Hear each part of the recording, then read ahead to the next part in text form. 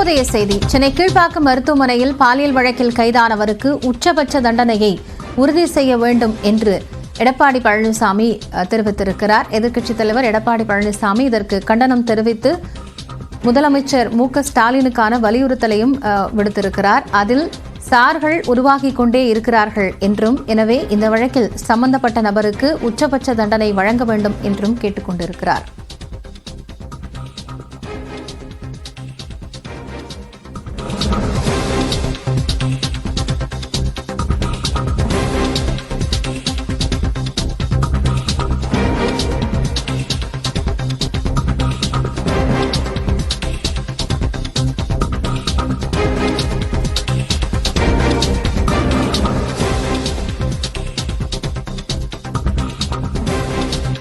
சென்னை கீழ்ப்பாக்கம் மருத்துவமனையில் பாலியல் தொல்லை வழக்கில் கைது செய்யப்பட்டவருக்கு உச்சபட்ச தண்டனை வழங்கப்பட வேண்டும் என்று எதிர்க்கட்சித் தலைவர் எடப்பாடி பழனிசாமி முதலமைச்சர் மு.க.ஸ்டாலினை வலியுறுத்தியிருக்கிறார்.